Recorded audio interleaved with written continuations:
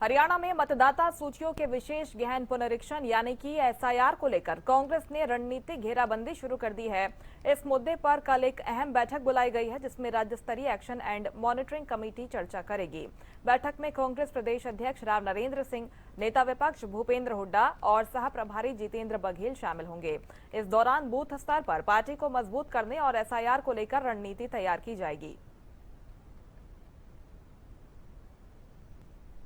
कल प्रदेश कांग्रेस के द्वारा महत्वपूर्ण बैठक बुलाई है। कल यानी 10 अप्रैल को महत्वपूर्ण बैठक चंडीगढ़ में बुलाई गई है।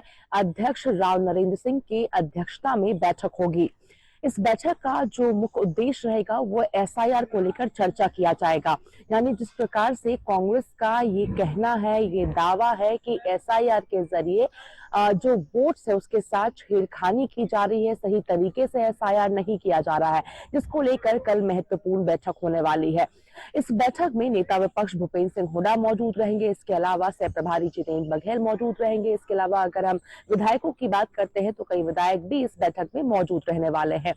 उद्देश्य एसआईआर को लेकर चर्चा करना तो रहने वाला है। इसके साथ साथ इसके यानी जो कांग्रेस का संगठन सृजन अभियान जो चल रहा है उसके तहत किस प्रकार से बूथ लेवल पर कांग्रेस को प्रदेश में मजबूत बनाना है, धरातल पर मजबूत बनाना है, उसको लेकर भी चर्चा किया जाएगा। यानी जाहिर सी बात है, अगर एसआईआर को लेकर जिम्मेदारी दी जाएगी तो बूथ लेवल पर काम करते हुए कार्यकर्ता नजर आएंगे, जिससे पार्टी को भी ताकत मिलेगी जमीनी स्तर पर। और आगामी चुनावों को लेकर कांग्रेस अभी से तैयारियों में जुट गया है, ताकि एसआईआर का जो दावा कांग्रेस के द्वारा विपक्षी दलों के द्वारा किया जाता है कि एसआईआर के जरिए यहाँ पर वोट के साथ, वोटिंग के साथ छेड़खानी की जाती है, वोटरों के अधिकार के साथ छेड़खानी की जा रही है, उन्हें रोकने का प्रयास अभी से कांग्रेस के द्वारा किया जाएगा। यानी जो चुनाव 2029 में होना है उसके लिए इंतजार नहीं किया जाएगा, अभी से ही तैयारी कांग्रेस के द्वारा की जाएगी, रणनीति बनाई जाएगी और साथ ही जिम्मेदारी दी जाएगी, जिससे कांग्रेस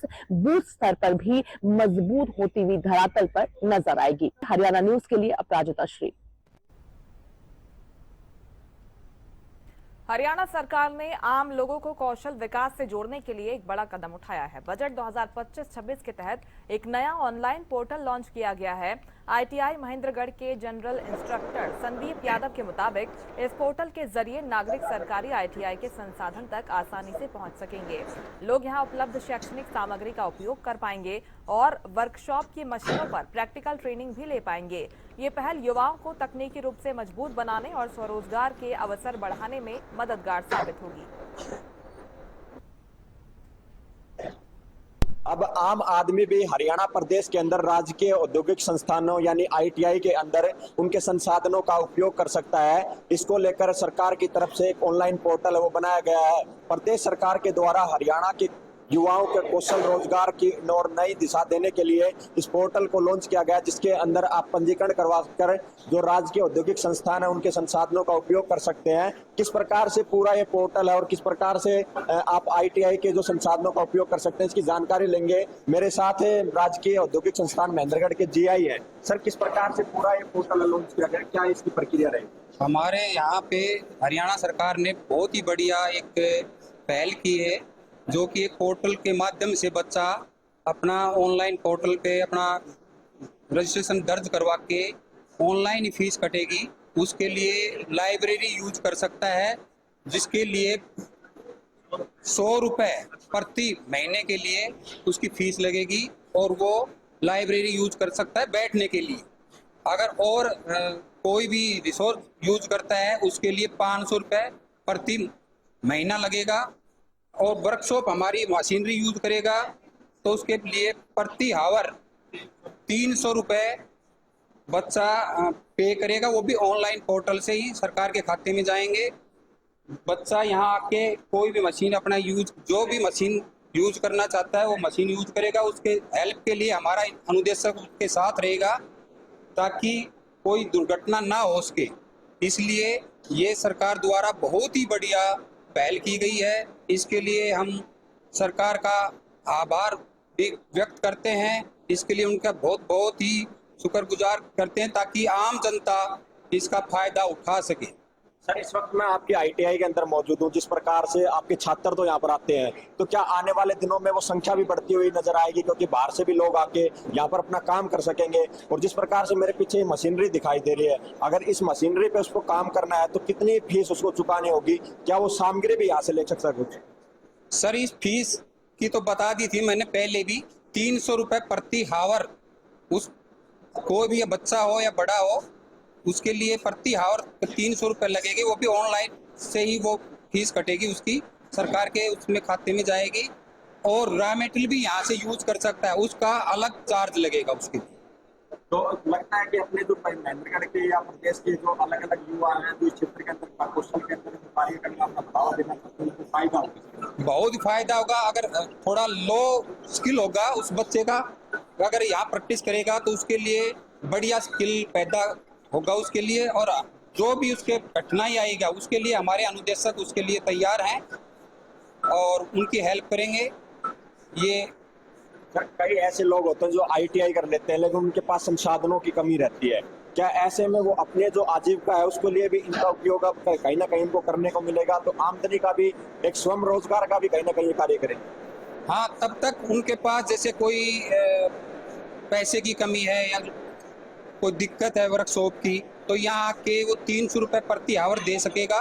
और रॉ मेटेरियल अगर यूज करेगा तो उसका भी अलग से रॉ मेटेरियल का पैसा लगेगा और वो बिल्कुल अपनी आजीविका चला सकता है। बिल्कुल, प्रदेश सरकार की तरफ से एक नई पहल है वो शुरू की गई है, और औद्योगिक संस्थानों के अंदर जितनी भी मशीनरी रहती है उनका उपयोग अब आम आदमी भी कर सकेगा।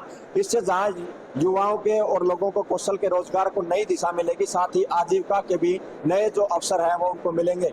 अक्षय यादव, हरियाणा न्यूज, महेंद्र। हरियाणा में कौशल विकास को नई दिशा देने के लिए बड़े कदम उठाए गए हैं। इसको लेकर प्रदेश सरकार की तरफ से एक पोर्टल बनाया जिसमें अब आमजन भी राजकीय औद्योगिक संस्थान के जो मशीनरी है उनका यूज अपने कार्य के लिए कर सकेगा, जिससे कौशल को नई पहचान मिलेगी। इसी के साथ जो आमजन है उसके लिए रोजगार के नए अवसर भी स्थापित होंगे।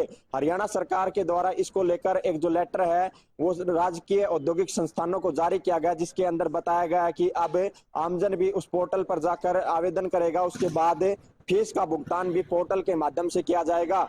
अगर बात की जाए तो इस पूरी प्रक्रिया के लिए जो नामात्र फीस है वो हरियाणा सरकार के द्वारा रखी गई है, जिसके अंदर 100 रुपए मात्र महीने में वो राजकीय औद्योगिक संस्थान की लाइब्रेरी का उपयोग कर सकता है। साथ ही 500 रुपए के अंदर वो मशीनरी जैसे अन्य संसाधनों का उपयोग कर सकता है। इसको लेकर बकायदा राजकीय औद्योगिक संस्थान के जो इंस्ट्रक्शन उनकी देखरेख के अंदर वो कार्य करेगा, जिससे उनके लिए रोजगार के नए अवसर भी स्थापित होंगे।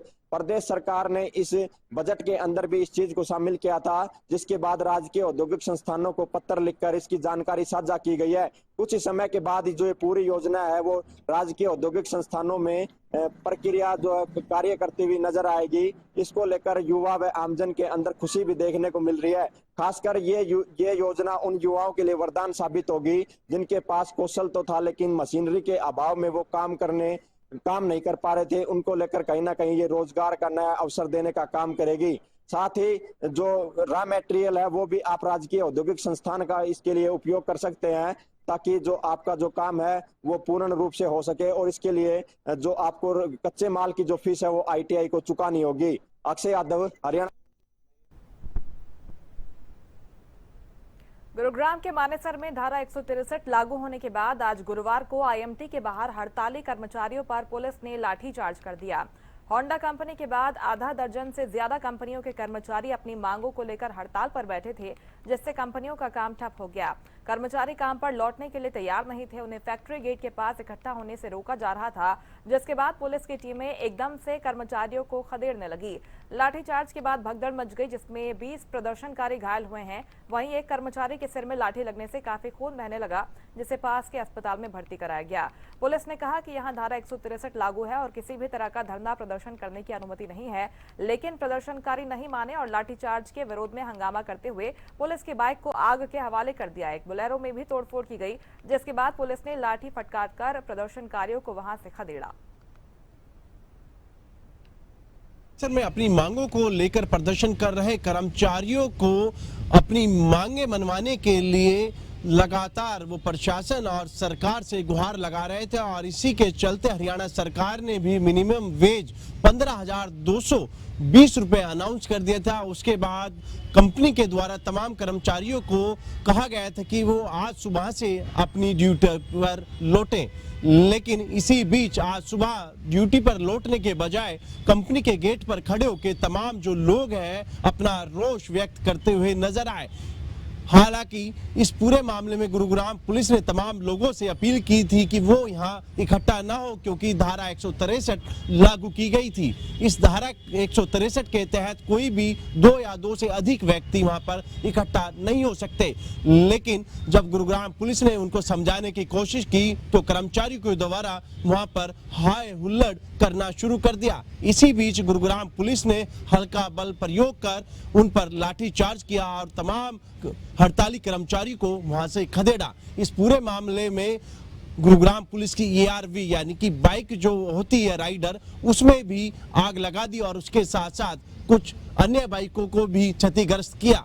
ऐसे में अब गुरुग्राम पुलिस की टीम वहां पर मौजूद है और तमाम आला अधिकारी भी वहां पर मौजूद है। लेकिन इस पूरे मामले में कहीं ना कहीं हड़ताली कर्मचारियों की साथ साथ पुलिस की जो झड़प हुई उसमें 1 दर्जन से अधिक लोग घायल भी हुए हैं। लेकिन अब देखना यह होगा इस पूरे प्रकरण में गुरुग्राम पुलिस CCTV के आधार पर क्या कार्रवाई करती है, ये देखने वाली बात होगी। गुरुग्राम से कैमरामैन राहुल के साथ संजय राठौर। करनाल के घरौंडा अनाज मंडी में गेहूं खरीद व्यवस्था की पोल खुलती हुई नजर आ रही है। सरकार के दावों के बावजूद खरीद एजेंसियों की तैयारी अधूरी दिखाई दे रही है। मंडी में गेहूं से भरे करीब 20 ट्रक पिछले 4 दिनों से खड़े हुए हैं। ट्रक चालकों को फूड सप्लाई विभाग की ओर से गेट पास नहीं मिल रहा, जिससे वे काफी परेशान हैं। चालकों का कहना है कि अधिकारी हर बार मैपिंग का हवाला देकर टाल रहे हैं। उन्होंने चेतावनी दी है कि अगर जल्दी समाधान नहीं हुआ तो वे गेहूं उतारकर खाली ट्रक लेकर मंडी से निकल जाएंगे। क्या है जमीनी हकीकत, ये रिपोर्ट आपको दिखाएंगे। तो ड्राइवर्स ने आंदोलन की चेतावनी यहां पर दी है। करनाल की तस्वीरें सामने आई। घरौंडा अनाज मंडी में फसल खरीद के दावे फेल नजर आ रहे हैं। फसल का उठान नहीं होने से किसान परेशान नजर आ रहे हैं। 20 ट्रक यहां पर खड़े हुए हैं और इसी वजह से यहां पर नाराजगी देखी जा रही है, क्योंकि 4 दिन बीत चुके हैं और अभी तक गेट पास नहीं मिला। फूड सप्लाई विभाग पर आरोप लगाए जा रहे हैं और ड्राइवर्स ने आगे आंदोलन की चेतावनी दी है। घरौंडा अनाज मंडी में फसल खरीद के दावे अब फेल नजर आ रहे हैं, क्योंकि फसल का उठान नहीं हुआ है। इस वजह से किसान बेहद परेशान हैं। घरौंडा अनाज मंडी में 20 ट्रक यहां पर अटके हुए हैं। 4 दिन से गेट पास किसानों को नहीं मिला, जिसके कारण ये नाराज हैं।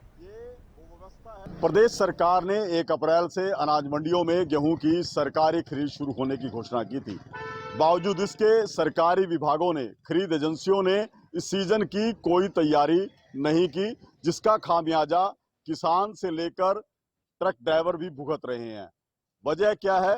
जो किसान आते हैं उनकी फसल बिक नहीं रही, जो बिक रही है वो उठ नहीं रही और जो उठ गई है वो मंडी से बाहर जा नहीं रही। आप देख सकते हैं वो ड्राइवर हैं जिनकी गाड़ियों में अनाज के कट्टे भरे हुए हैं। 3-3, 4-4 दिन इनको हो चुके हैं, लेकिन इनकी गाड़ियां मंडी के अंदर ही खड़ी हैं, क्योंकि खरीद एजेंसियां जिनके लिए ये गेहूं खरीदा गया है वो इनको गेट पास नहीं दे रही।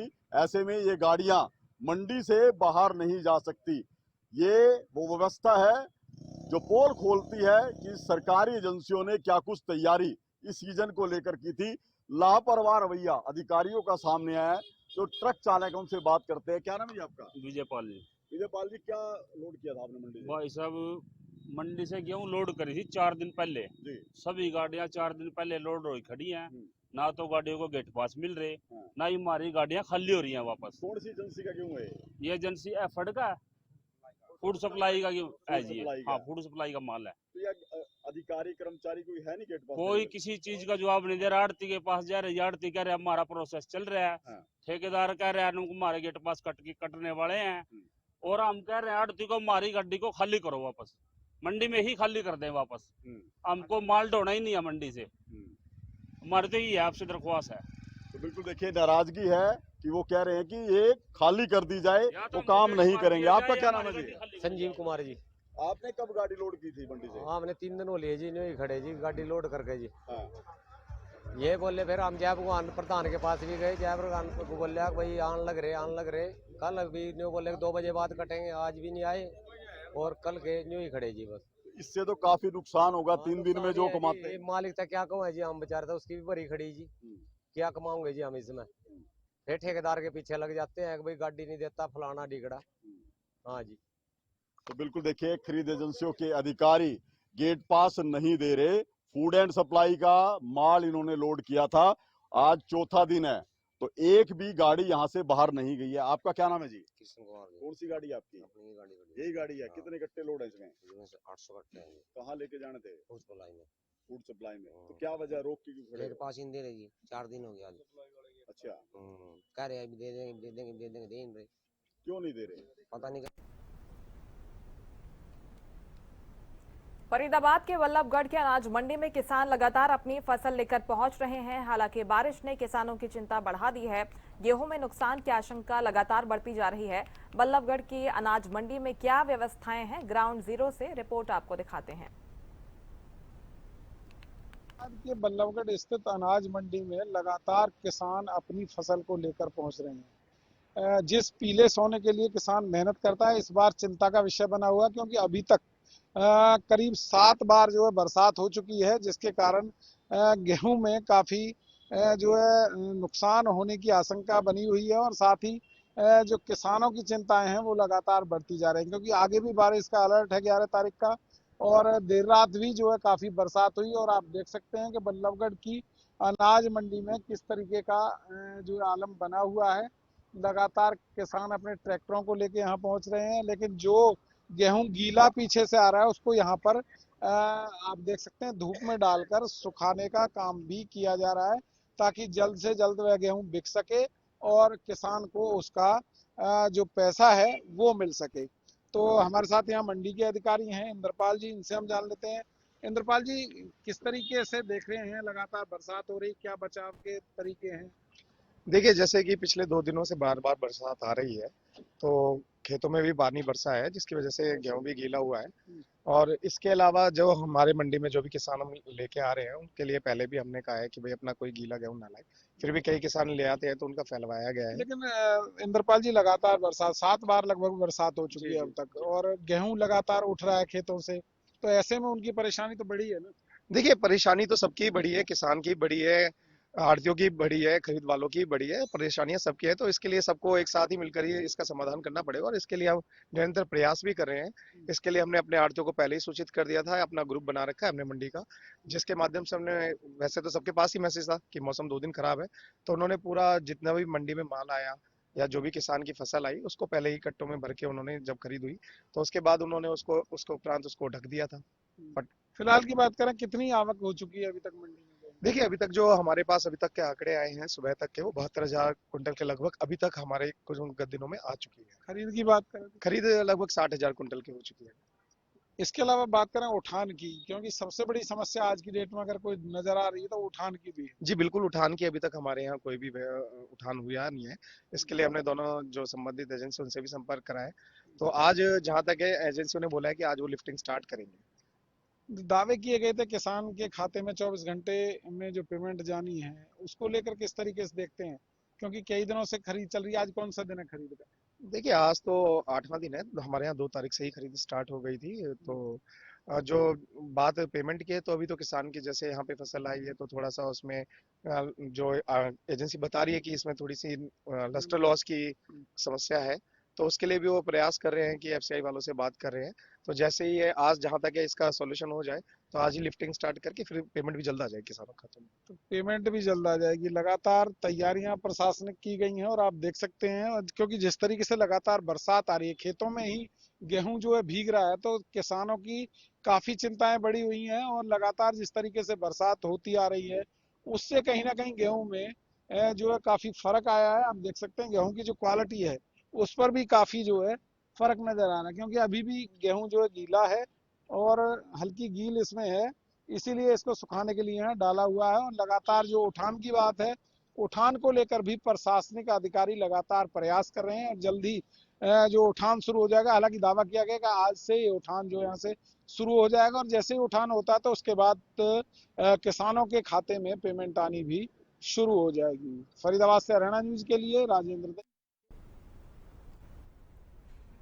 चरखी दादरी की नई अनाज मंडी में सरसों और गेहूं की फसल की खरीद के लिए अलग अलग सेंटर बनाए गए हैं। दूसरी तरफ मौसम विभाग के अलर्ट ने उनकी चिंता को और भी बढ़ा दिया है।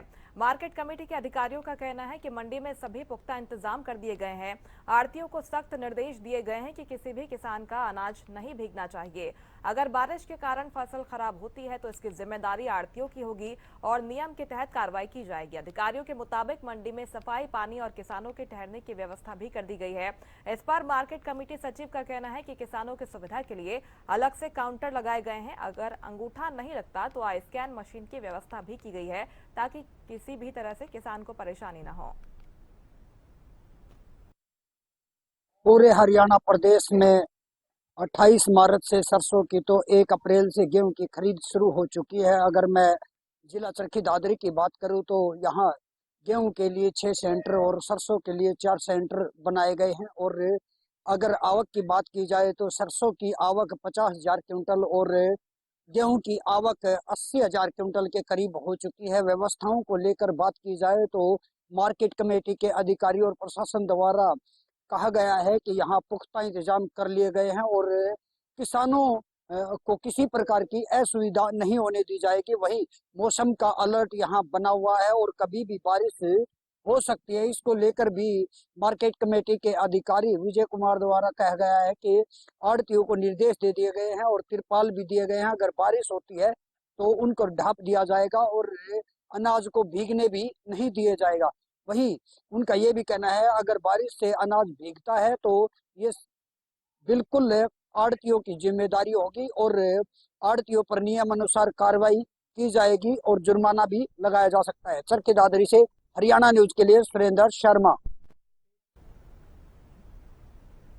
गुरुग्राम शहर में द्वारका एक्सप्रेस वे पर देर रात एक तेज रफ्तार टोयोटा कार बेकाबू होकर डिवाइडर से टकरा गई। हादसे में वाहन ड्राइवर गंभीर रूप से घायल हो गया है, जिसे राहगीरों की मदद से अस्पताल में भर्ती कराया गया। प्रत्यक्षदर्शियों के अनुसार टोयोटा कार दिल्ली से गुरुग्राम की ओर बेहद तेज गति में आ रही थी। द्वारका एक्सप्रेस वे के एक मोड़ पर ड्राइवर ने वाहन से नियंत्रण खो दिया, जिसके बाद कार सीधे डिवाइडर से जा भिड़ी। टक्कर इतनी जोरदार थी कि कार का अगला हिस्सा पूरी तरह क्षतिग्रस्त हो गया। गुरुग्राम में डिवाइडर पर कार चढ़ने का ये मामला सामने आया है। गुरुग्राम में तेज रफ्तार का कहर देखने को मिला और इसी के चलते गुड़गांव द्वारिका एक्सप्रेसवे पर कल देर रात एक बड़ा हादसा होते होते टला। आपको बता दूं, तेज रफ्तार कार अनियंत्रण हुई और जाकर डिवाइडर पर जा चढ़ी। इतने में ही आसपास के लोगों की माने तो जो ड्राइवर है वो काफी स्पीड में वाहन चला रहा था और इसी के चलते गाड़ी अनियंत्रण हुई और डिवाइडर पर जा चढ़ी।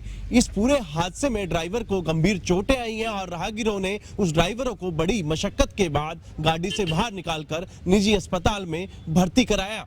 ऐसे में अब गुरुग्राम पुलिस इस पूरे मामले की जांच में जुटी और साथ ही साथ वहां लगे सीसीटीवी के आधार पर आगे की कार्रवाई करती हुई नजर आएगी। गुरुग्राम से कैमरामैन राहुल के साथ संजय राठौर।